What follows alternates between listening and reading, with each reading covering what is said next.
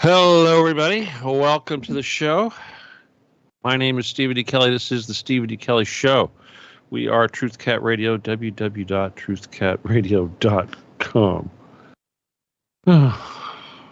It's Thursday once again. It's now 6:02 p.m.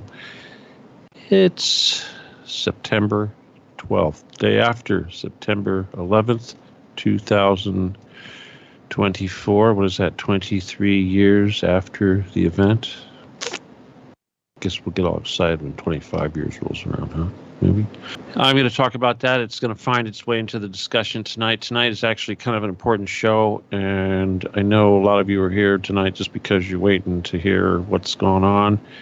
And I got to tell you, I've been thinking about this now since, I don't know what, Monday morning. And it's complex. There's a lot of information, a lot of things I want to say, and I want to try to give it to you in a coherent stream, if at all possible. So I'm going to do my best within our time constraints to say everything. And of course, more than likely, there will be important stuff that I will save till the very end. All right, seriously, at least as far as instructions for Jedi and the troops, that kind of thing. Now, obviously, the enemy is certainly listening to the show, and I know that they always look for, I don't know what you would call it, ammunition to use, to try to create yourself a target. So obviously, that's kind of the theme of tonight's show a little bit. But first of all, the title of tonight's show, and of course, these words are actually very important, very significant, and we're going to study them throughout the show and their context and the power of language and the power of the tools that are being used against us. So, what is the title of the show? Why do you even live? Yeah, I've got to deal with the mafia. I've got to deal with all these things. But the one thing it's really hard to deal with is the stupidity. And we've learned so much, we have these little skirmishes with these people, and we've learned a lot about how these things are set up. And we've learned a lot about their organizations and the best way to take them down and to hurt them and how we can hurt them and where all this leads. Now, we've also learned a lot of skills. Obviously, our memes are appropriate. Obviously, the presence on Twitter was very important. And as I said, these words that I used here for this title here, why do you even live, was why I got kicked off of Twitter. Those words right there, 5 words. Now what you could say, well, that doesn't sound offensive. That doesn't sound hateful. But the thing is that the victim in this case, the person reporting, and of course this happened like really fast. It's like I just had an onslaught of these people. We'll talk about it. I'll go into the whole story about it. But this person in particular was a Jew and a Ukrainian. At least they had a Ukrainian flag and a Star of David flag on their profile. So even if they weren't that, they were, Zionist Ukraine fags. Now, okay. Ahoy, Gully Rat. You should be listening to the damn show. What the hell? Jeez. I gotta turn this off. So, when we were dealing with Gary, a lot of big sensational things happened. The guy snapped. He basically said all sorts of satanic nonsense with his hexes and very anti-Christian, and he was going to attack Christianity, and he was going to destroy Christianity, and he was going to destroy the whole Jesus cult and all that. And that's because of us. We made him so angry that we did that. Now, what happened almost immediately, and this is only, a week ago or something like that, it's still happening, is that several of these so-called influencers that were directly related to Gary started. Yeah, there's a lot of people listening. I know you guys want to hear what's going on. So give me, just try to relax. Try to get through this. Obviously, they don't want you to hear this, okay? Jeez. Anyway, that's part of the reason why we're having this discussion tonight, okay? Anyway, so Gary, of course, a lot of his influencers went so pseudo-Christian. They claim to be Christian. They started praying and all this crap all of a sudden. Anyway, the point is that first thought was that these guys switching over, these Masons, suddenly proclaiming that they were going to stop being Mason and start devoting their lives to Christianity en masse, happened immediately after Gary said he was going to attack Christianity. He didn't say how, but one could suspect that it would be through infiltration. Now, this process has been going on and on and on, and I'm going to talk about the Christianity stuff. And just recently, Russell Brand decided he would kneel down on stage with, I don't know who he was talking to, and proclaim himself to be Christian, pray to Jesus. And a lot of people thought that, well, the first thing they see will happen, they're going to believe it. They're going to think that, well, this guy must have actually found Jesus. Now, we would all like to think that's true, but again, here's this Mason Mossad dude that says we're going to destroy Christianity. And then this stuff happens. Now, at the same time this is going on, we had efforts to polarize. We had a lot of these people attacking Jews heavily. Candace Owens was just kicked off of, YouTube because she had Kanye West on her program. And, of course, you could say the same thing happened to me, but even Liz Crokin was gone and then subsequently came back. She said it was because she wasn't making enough money. She was supposed to try to make a 6-figure income off of her Twitter. Can you imagine that? Let me just say this before I go any further about the Nazi Khazarian thing, and that is that the real reason why it's really no big deal, this Twitter thing. I mean, obviously, it's an addiction just like anything. I mean, I could be playing video games or Twitter or whatever, but I'm not trying to make money. That's the bottom line. I don't do this to make money. So you can't say this is going to affect my bottom line unless you want to measure the bottom line in the speed with which the mission is completed and our success and our ability to conquer the entities that we need to conquer. Now, is that being affected by being kicked off Twitter? Maybe, but we're going to get to that. This is why you got to stick to the end of the show.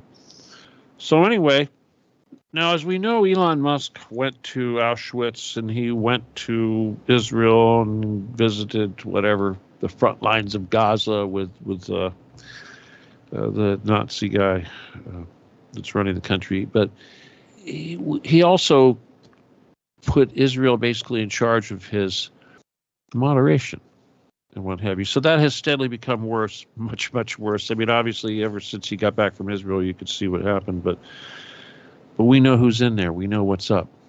And I know that they have to put up with a lot of stuff, a lot of thorns, and certainly I was a thorn. And first of all, I'll just say, Gary, no, you didn't have anything to do with this. It was just some random Ukrainian asshole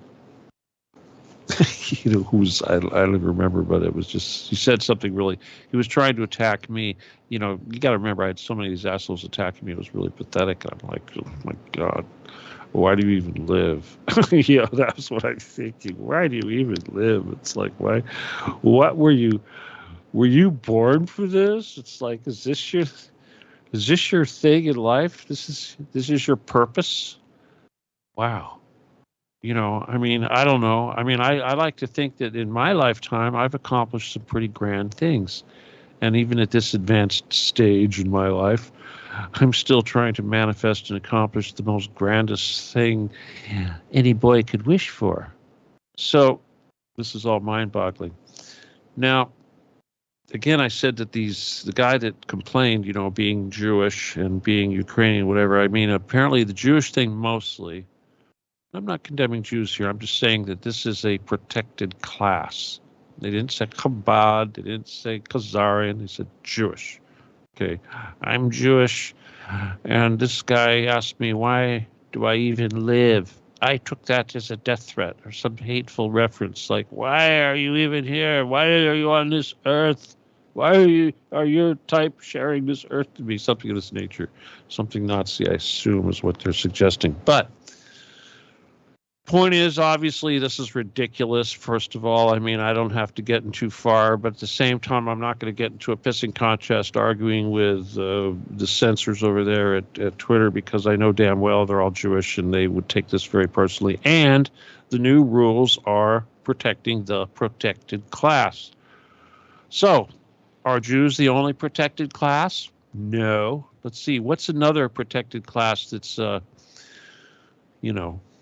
kind of up there in importance? Women. Yes, women. Women is a protected class. He was mean to me. He bullied me. I questioned my sexuality. No, he said cunt. I heard him. He said cunt. Although you could call me a cunt all day and they won't kick you off Twitter. But if you say it to a woman, you're fucked. So that's a protective class, because there's the suggestion of some sort of implied thought behind these words that they're attaching to it, an intention. They would say these words contain a very evil intention. This person's having intention, and they're articulating it with these 5 words here, not I want to throw you in a gas chamber or something stupid like that. Obviously, these are inappropriate, very wrong, and it's like I said, are not socially acceptable. It's just like saying, the N-word, something of this nature. But we have these protected classes. Now what happened on Twitter? Obviously, we've weathered a lot of battles with these, Mason guys, and they've made all sorts of threats, like Gary made all kinds of threats, not just death threats, but try to take the page down, whatever stupid thing. We're going to get you. It started with this woman. Okay, I know what it was. There was a shooting in Georgia. Okay, the kid. The kid got the gun, and daddy gave him a gun, and he went and shot 4 people in Georgia. Well, there was a story on Twitter, and this is where I went wrong, as I went outside my little world. I went looking at this reading just random crap, I always get in trouble reading random crap. And here's this CNN post. And it says, father had given his 14-year-old son a gun as a holiday gift. I'm thinking, okay, CNN, you Satanist fucks, say the word. What holiday was it? Obviously, I think we know what holiday it was, and it contains the name of Jesus Christ in it. Christmas. Well, whoever it was that made this post was a real character. Now, this isn't the person that got to me, but this is what started the whole thing. She was her name, well, whatever it was, some stupid thing, but she had crone in the word. Now, crone is basically a witch type, old gray-haired crone, warts, all that sort of thing. That's a crone. A spinster. No husband, no children. She's probably got cats. That's a crone. This woman was that. So this is what she was. She was Jewish. She was unmarried. She was old. She was gray-haired. She was extremely liberal. She was very vehemently pro-Kamala. And of course, by nature, that makes them all pro-Ukraine. So she came back. Her response to my comment was, gee, what holiday was that? ? And her response was, well, it was probably Lent, because isn't that the holiday that you Christians use to celebrate death? I'm thinking, oh, fuck. I got a live one here. I got this live Jew woman here. And I'm like, no, but, I'm thinking of like Purim or one of these other holidays that the Hebrews celebrate. And it seems to me that quite a few of these things celebrate death, like the one where they kill the chicken or, whatever. Take your pick. Any one of these things celebrates death, celebrates not getting killed, celebrates the death of Persians, celebrates the death of Egyptians, celebrates the death of the Amalekites. So, yeah, it's all full of death. Anyway, so that started it. And she blocked me relatively soon. And you know what I think it was I told her when it got to the point where I said, you know what? I mean, of course, I didn't really use any kind of biting. I didn't use any words like Jew, but because I said, no, I think you're confusing that with something Jewish, she just assumed immediately I was anti-Jew. No, I was pointing out a historical fact, bitch. You're more inclined to find a holiday celebrating death in the Hebrew religion as opposed to the Christian religion. I mean, the crucifixion and all that, I want to call that celebrating death. Point is, this started. Now, I guess this woman had a lot of followers, so she immediately had all these other idiots jump in.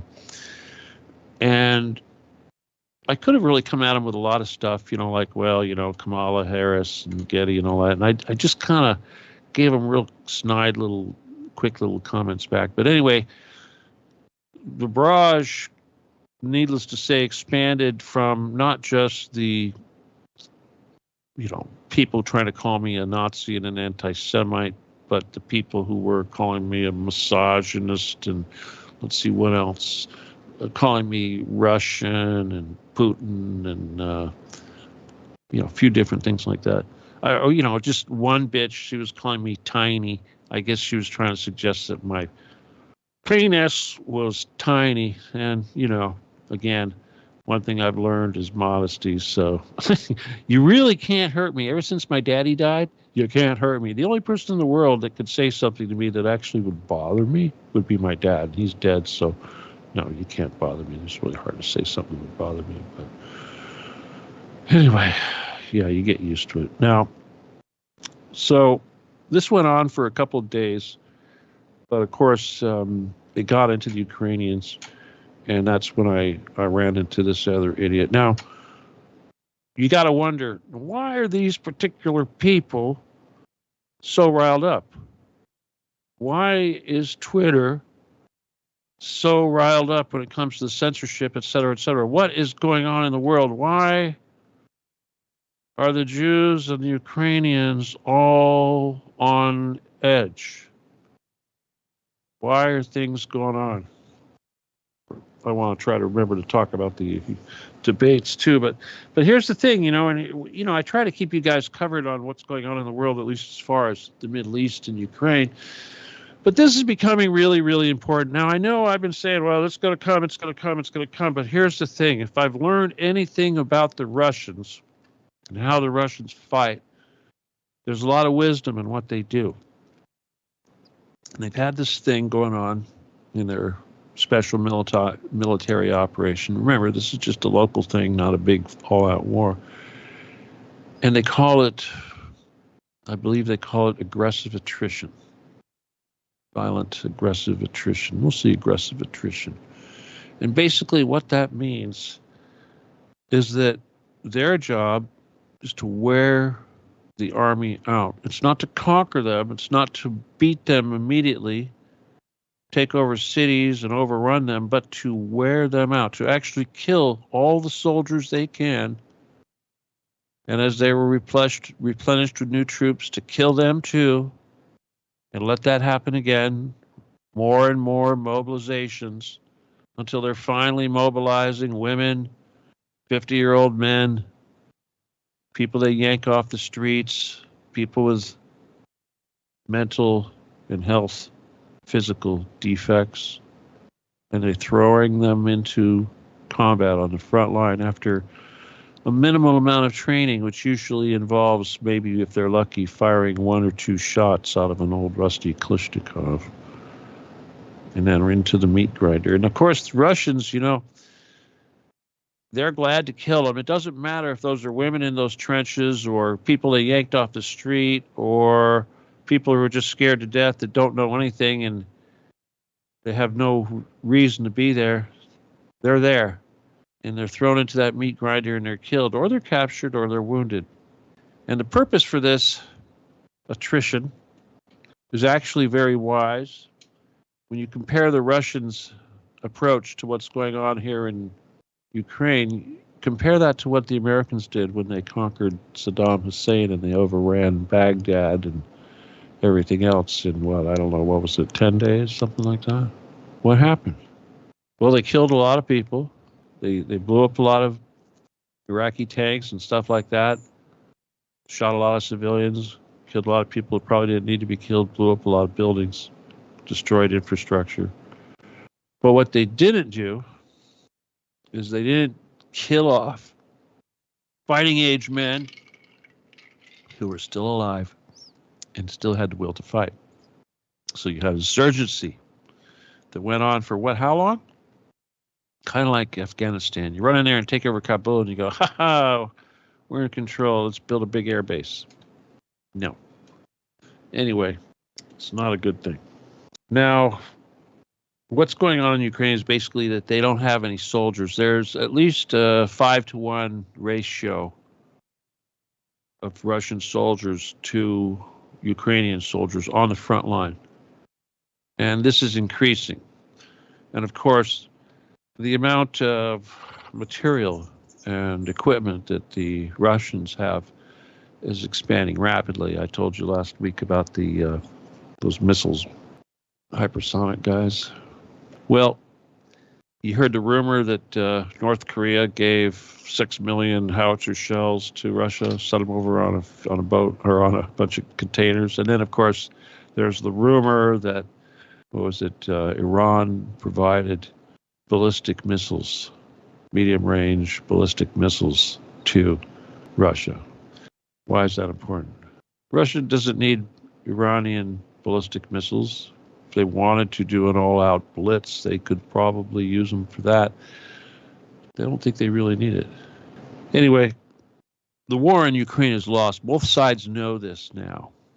Except, for whatever reason, there's people that still insist that Ukraine must win at all costs.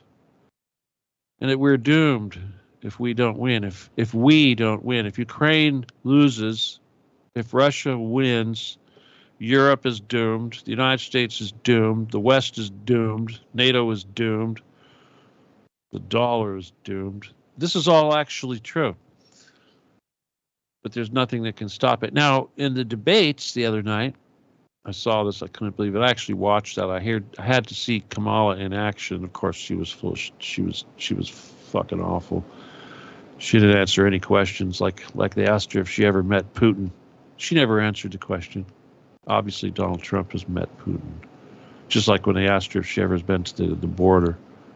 She said, no, but I've never been to Europe either. And yet she claims to have gone all over the world. This is incredible. But anyway, these moderators asked Donald Trump emphatically. They asked them both the same question. But the question was, do you want Ukraine to win? Now, that's like saying, do you want to shit gold from your ass? Would you like that? Seriously. I personally think that there's absolutely no fucking chance in hell that Ukraine is going to win. They've exhausted their soldiers. They can't do anything, and nobody's going to give them any more weapons. We don't have any. You know what's happening right now? The weapons that are going to Ukraine from the United States, they're not even coming out of the stockpile. They're coming right from the factory. Do you know what that means? There's no stockpile. They're actually having to make this stuff fresh to send over there to be destroyed. Again, it doesn't matter because there isn't going to be any people. Now, again, I keep wondering why it's taken them so long to do this, have a big offensive, get rid of everything. But no. They want to conquer them so that there are no fighters left. No more Azov, nothing. They want them to be hurt so bad, to pay so heavy a price, that they will never, ever consider themselves or desire to attack the Russians again. Consider themselves the Nazis, I suppose. Now here's the really bad stuff that's going on. I mean, in the USA and Europe, let's see what happened. Antony Blinken, U.S. State Department, whatever, and his counterpart from London, guy kind of looks like Lloyd Austin. Anyway, they went to Ukraine where they had a meeting. Maybe they said this in London, but basically what they said was Ukraine was going to become part of NATO no matter what. There was nothing that could stop that from happening, no matter what. Now that's significant because A, if Russia believes that we believe that, they will leave nothing left of Ukraine that could join NATO. The borders of Russia will go right up to Poland and will fill in that geographical area. They're trying to avoid that right now, but at the same time, they will never allow NATO. Now, why do they want Ukraine to be NATO? Because then they can go to war. Now, why would they rush into that? It's insane. I'll tell you, Putin made it very clear. He said that if any long-range, high-precision weapons are launched into the interior of Russia, weapons that travel 500, 800 kilometers, and I'm not talking drones now, I'm talking GPS-aimed missiles, high-explosive warheads, HIMARS, TACMs. There's another one too. JACMs. SACMs. Anyway, as Vladimir Putin pointed out, he said that these missiles cannot be fired by Ukrainians.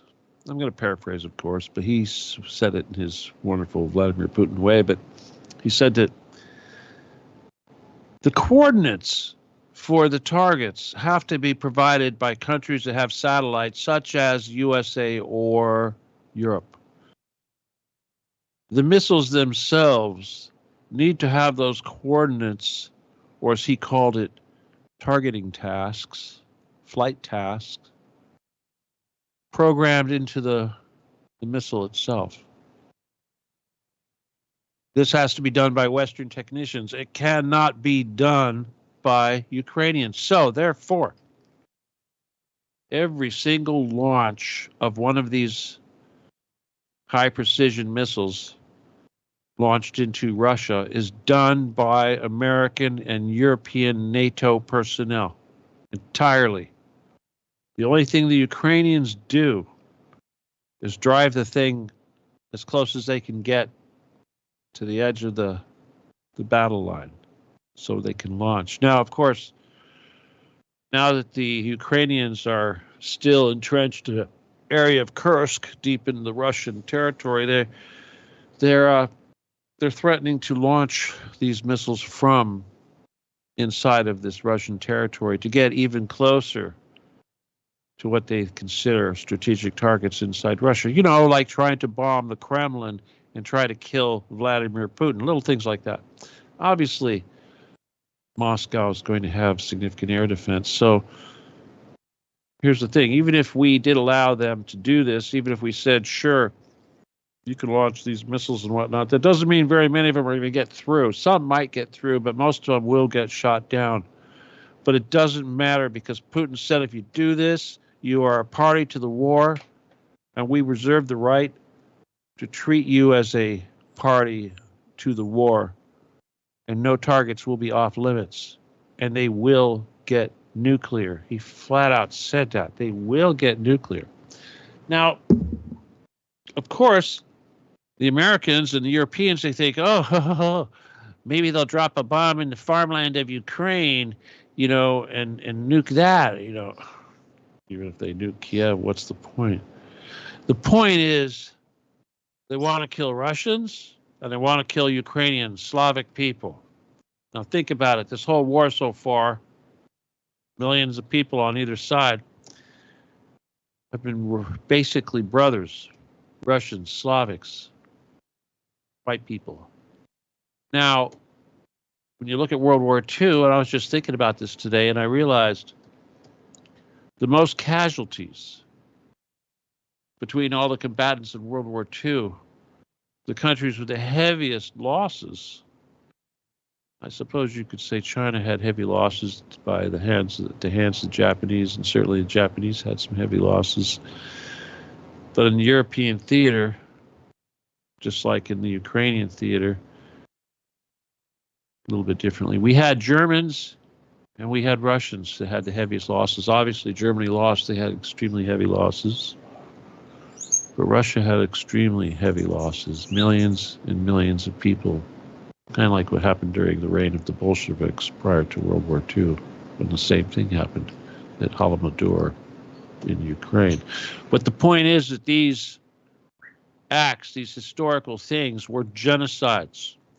And the fact is that the people that run Ukraine, that the people that created the Nazis, the people who are trying to run all of the countries in the West, who are a party to the Magna Carta, the guys that run all the media here in the West, the ones that tried to vaccinate you, the ones that tried to start World War III in Ukraine and Iran, they're all the same people.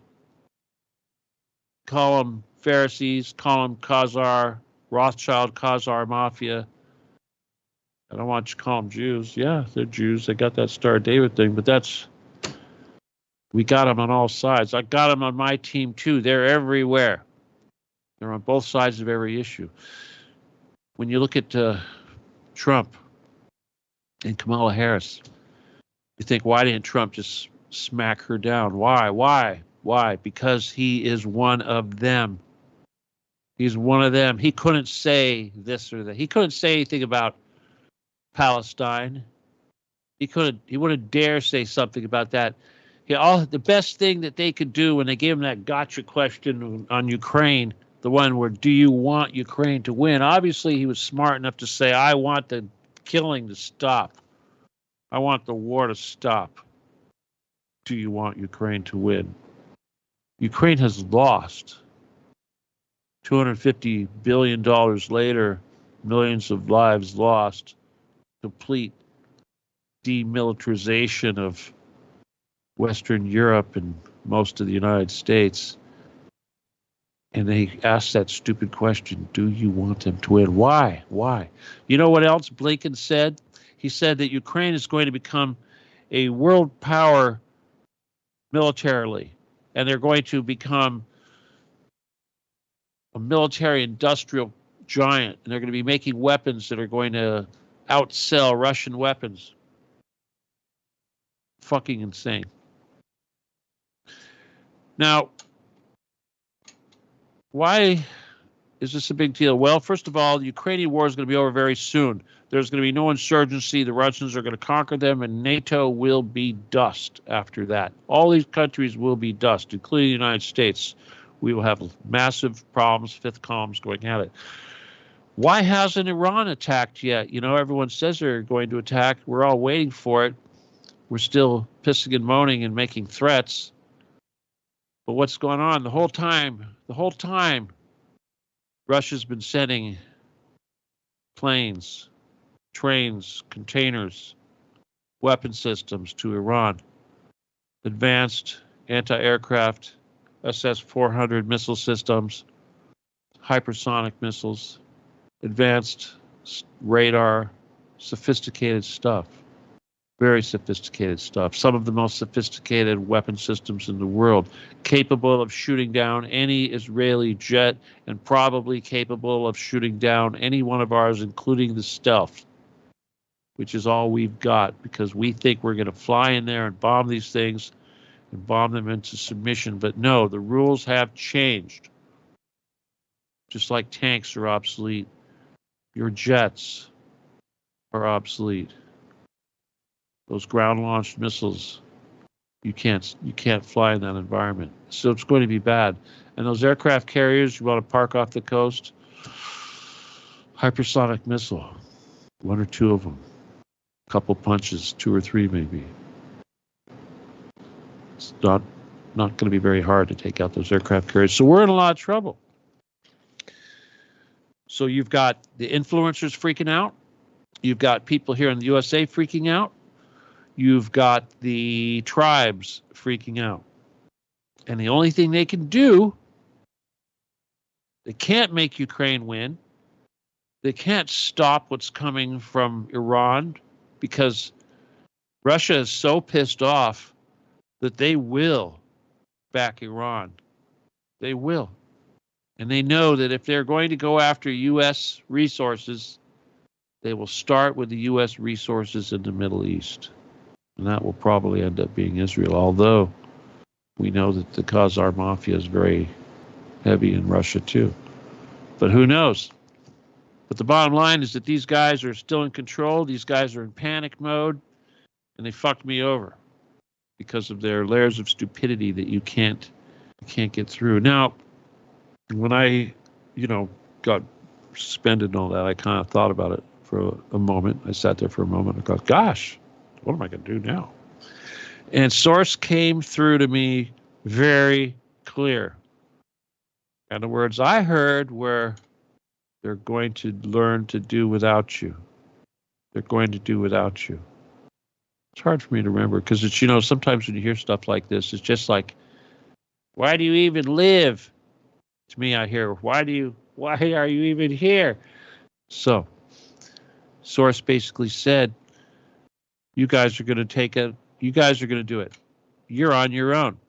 Source didn't use those words. It was like, more like, to me, it felt more like you're going to have to learn how to do it yourself. When I say that, I say I'm talking to all of you. So what does that mean?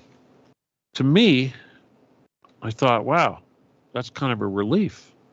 I thought, is this what this means? And it's like, I mean, sure, this is a blow.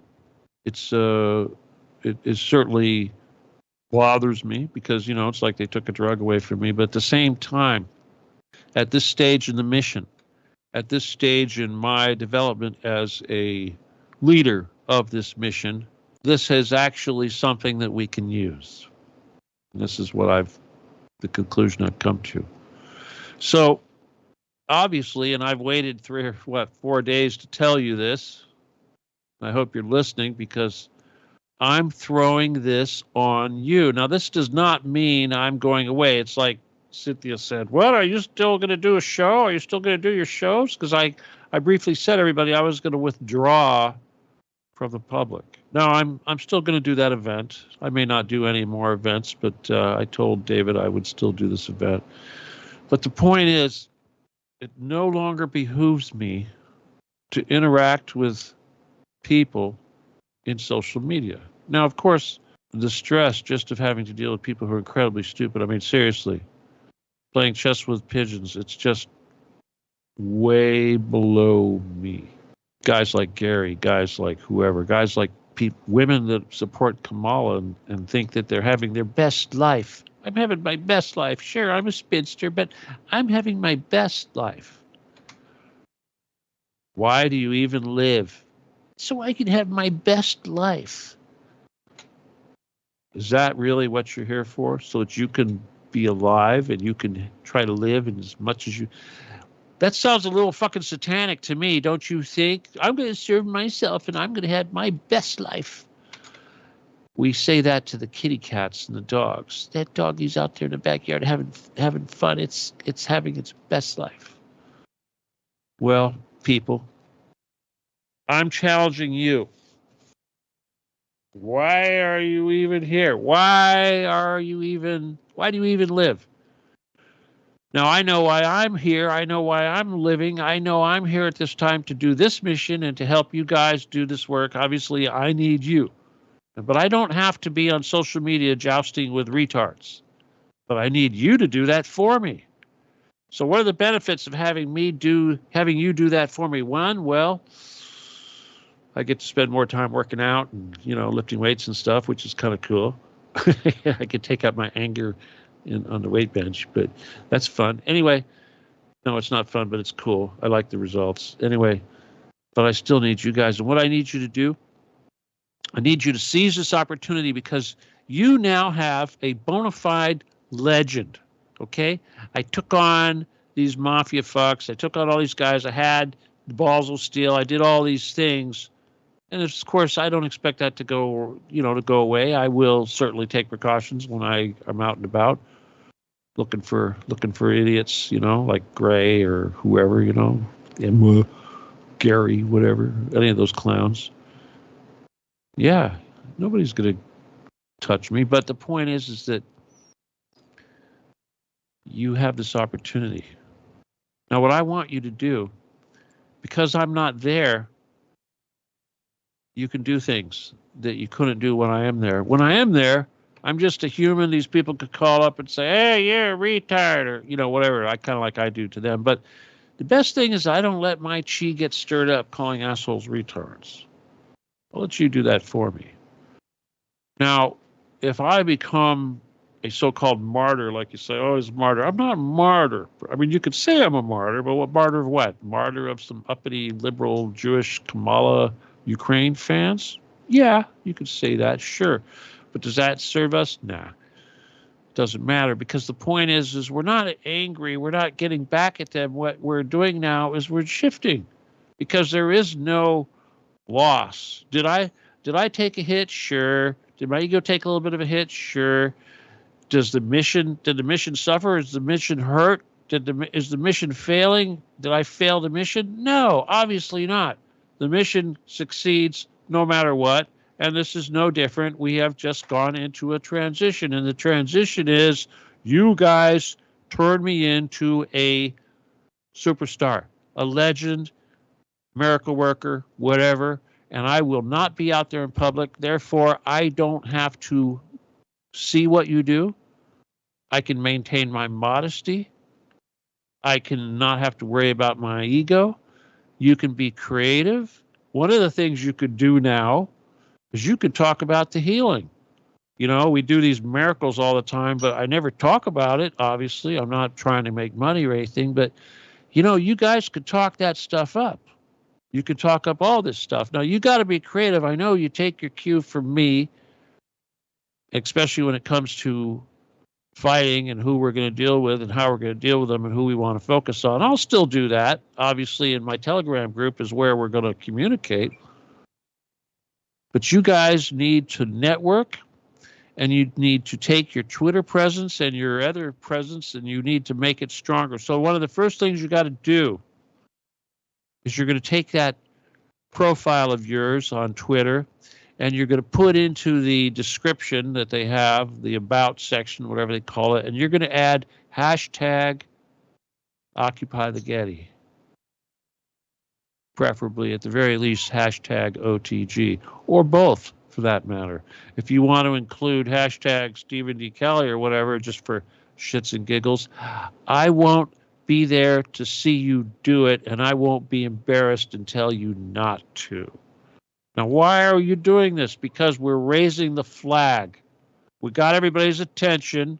They saw what happened. Now we're going to raise our flag high, our battle flag, and you guys are going to take this and you're going to run with it like nothing happened, and you're going to be stronger, and you're going to take my persona and you're going to turn me into a damn saint, a legend, whatever you want to call it, a hero, and I don't have to be there. You're going to be able to get away with saying all kinds of things. Obviously, I don't want you saying anything wicked, but at the same time, I'm not going to be there. All right? So if you don't have a presence on Twitter, get one. If you don't have a lot of people, work on that. But at the very least, you put those hashtags, Occupy the Getty, hashtag OTG, hashtag whatever, Stephen E. Kelly, think of something good, OTG, SDK, that kind of thing would be a great one. Get that up there so that all of you can network, so that all of this stuff could be seen by the algorithms. All right? It's up to you guys right now. Protect me. Make it so that I don't have to be the one to go out there and do this. That would be really awesome. I think that this is actually a good strategy, because if you turn me into a legend, it's almost like, I don't know. I mean, Trump, of course, he goes nuts on Twitter, and who's going to talk back to Elon Musk? But the bottom line is, do it, okay?